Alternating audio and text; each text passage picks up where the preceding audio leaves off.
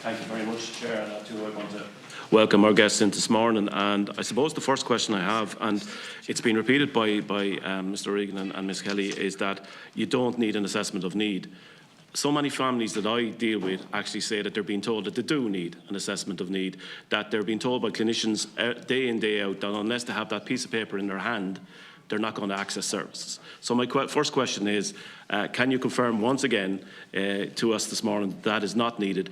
And can that message go out to the other clinicians that are actually putting up those obstacles? Because I'm sure all members of this House are coming across this on a daily basis. They're being told, unless you have that AON done, you ain't getting into the services. That's number one. Number two is more and more families coming to me are being told that they have to access, take part in, be part of parent support classes and family forums. And I just want to know, is this a change of policy to HSE? Because the families say to me that this is depriving them of one-to-one services that their child needs. And a lot of the people that are going to these classes simply come back out with a lack of understanding of what that means when they come out of the classes, what they should be actually dealing with their children on it, because the classes are quite complex for some of the people that are dealing with them, and they're left in a situation where they don't know where to go next. And I'm just wondering, can you comment on that this morning? Why the HSE seem to be going down more and more the road of parent support classes, family forums, to deal with the issues that are arising. I also want to, Chair, mention respite care, which is so important to families. And I just want to read a reply that I got back for a constituent last week in relation to respite care. And it basically says, Disability Service endeavours to sanction as many in-house support requests as possible within our defined home supports allocation, which in 2022 is less than 100,000 for all disability service users. We have over 7,000 children on our children's team in addition to a full adult caseload. In this context, we have to necessitate to manage the expectations of families requesting support. Maybe you could comment on where respite care stands, because for so many families that I deal with, respite care is essential to them, yet this is the reply that they're getting. Okay? And finally then, I do want to mention the launch that Mr. Kelly Mary said that happened in Athy last week, because I think it was very influential and very good that it actually happened. But I suppose my question is, where does it go next, in fairness? I found it very insightful what was actually happening at the launch. I found that we were actually going back into communities where the HSE does its best work. But for young people, I suppose, children with autism and indeed adults, autistic persons, what will healthy communities mean for those people? Thanks, Chair. Thank you. So I'll answer a couple of the questions, and then I'm going to ask Graham to comment on one of them, and Mary will come back on the Athy question, if that's okay. So, and I won't deal with them in order, if that's okay. So just in relation to respite, we're provided with funding year on year to provide respite. Respite services were certainly impacted over the the couple of years of COVID because of capacity and infection prevention and control, but they are getting back to normal levels of service in the current year. So we also were provided with funding to increase respite in 2021 and 2022, and those services are either in place or are being put in place at the moment.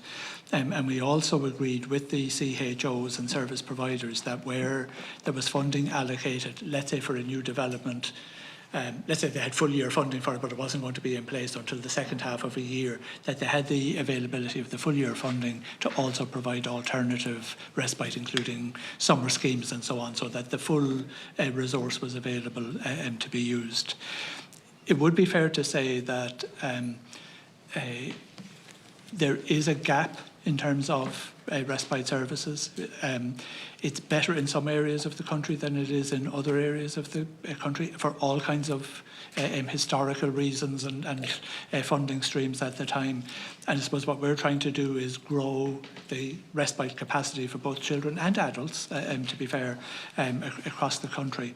And that's, you know, that just takes time. So if I look at 2021, for example, we were allocated funding for 9 additional respite services, one per CHO. So, you know, that makes a difference within that CHO, but it's also one service within a fairly large catchment area. So it does take a number of years to grow that those services. In terms of the family forum and the group work, if I could deal with those as two separate things. So first of all, the family forum is the structure for us to engage with families so that they become part of the overall governance of children's services. Like we've always seen that it's really critical that if we're going to say the development of goals around a child are done in a partnership between the staff and the family, that should also be replicated at all levels of the structure. So the family forums are intended for us at CDNT level to engage with the families who are connected to that service and to find a way of involving them in the governance of the service. The group work is a different focus, and that's around providing supports to children and families that can sometimes be very well done and sometimes best done in a context of group work. It's not an alternative to individual work that a child and support that a child might need. And there isn't a change in policy in the sense of delivering it. But I think two things. One, in the absence of full staffing levels and a depleted service, it does have the look of, well, we're doing more group work than individual work, and it's not an either or, but both have merit. And I think, again, I can provide some feedback that we've received from families, not just directly to the HSE, but also to some of the lead agencies on how beneficial families have also found that work. I think where it's really frustrating for families, and understandably so, is that if that's all that's been on offer and they don't have individual work to also complement it, and I do acknowledge that. In relation to the AON, and Graham might comment on this as well, it's absolutely the case that a child or family do not need to have an assessment of need in order to access services.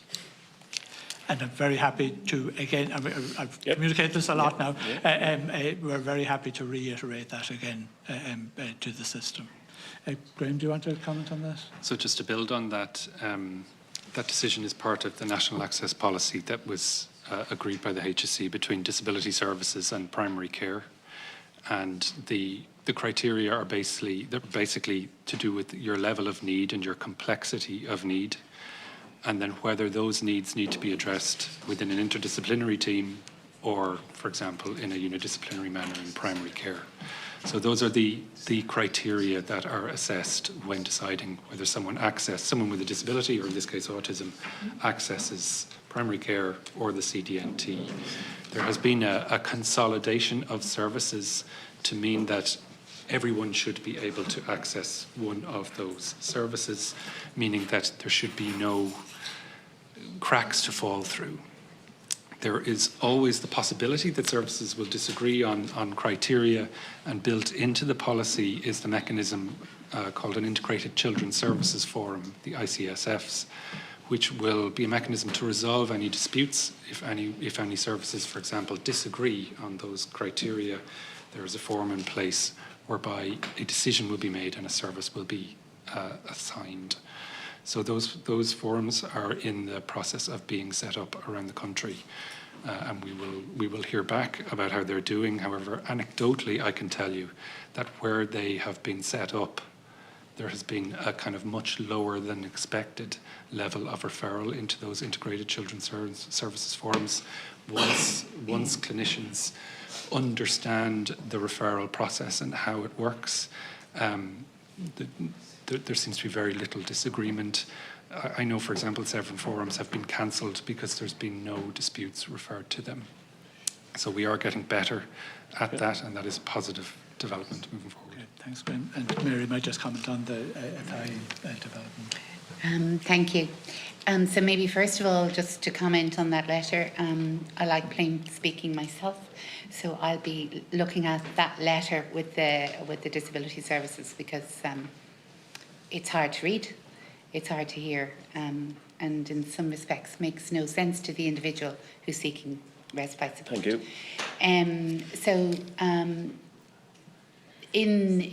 In many CHOs, and I can talk to the CHO for Dublin South, Kildare and West Wicklow, there's a lot happening with regard to reviewing services as a result of PDS and as a result of people who are really working hard to try and improve services.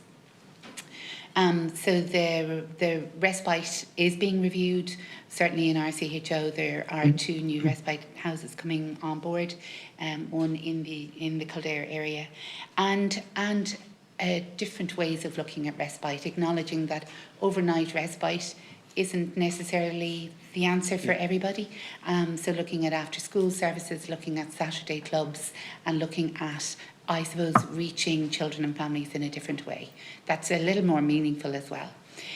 So that's one piece. We have had the engagements across CHO7, so the south of Dublin and Kildare and West Wicklow. So the 11 teams have had the engagement with families, invited the families in for the first engagement around the family forum. A lot has come up, and there's an awful lot of learning for us in that. And that's the idea of them. It's really, and it goes back to the piece, you know, it doesn't matter where you live in Ireland, there should be a local forum for you. So all those fora will help us, I suppose, meet the needs of the local population in a better way, because they're telling us what the problem is rather than us assuming, and us having a blanket response, if you like, in terms of health provision. With regard to the like of a thigh, that's, as you say, you know, it's grassroots really in terms of sláinte care, and it's sláinte care at its best. As you saw, it's not the high-tech surgeries, it's actually the interventions that are happening on the ground to help our whole population and help them to promote health rather than intervention.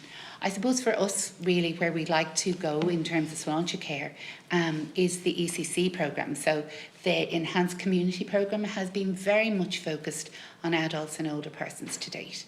And we now need to be looking at, if you like, that children and young person population. So be it under 18, be it under 25. The progressing disabilities, you know, that configuration has been huge and still a long way to go. But there's also the foundation of primary care, where, if you like, the strategic development for children in primary care has been public health nursing and speech and language therapy. Other services, particularly therapeutic services, have evolved and are disparate. That's the word. They're not systematic. So it's very hard if you're talking about a tiered model where we want to focus services, a particular service like a CDNT, at more complex needs, then you need a foundation under that. And I suppose that's really where we would like to be going with sláinte care next. Thank you. Thank you very much. Thank you. Thank you, and Chair. thank you, Senator. We'll have one more member speaking before we'll take the 5-minute recess.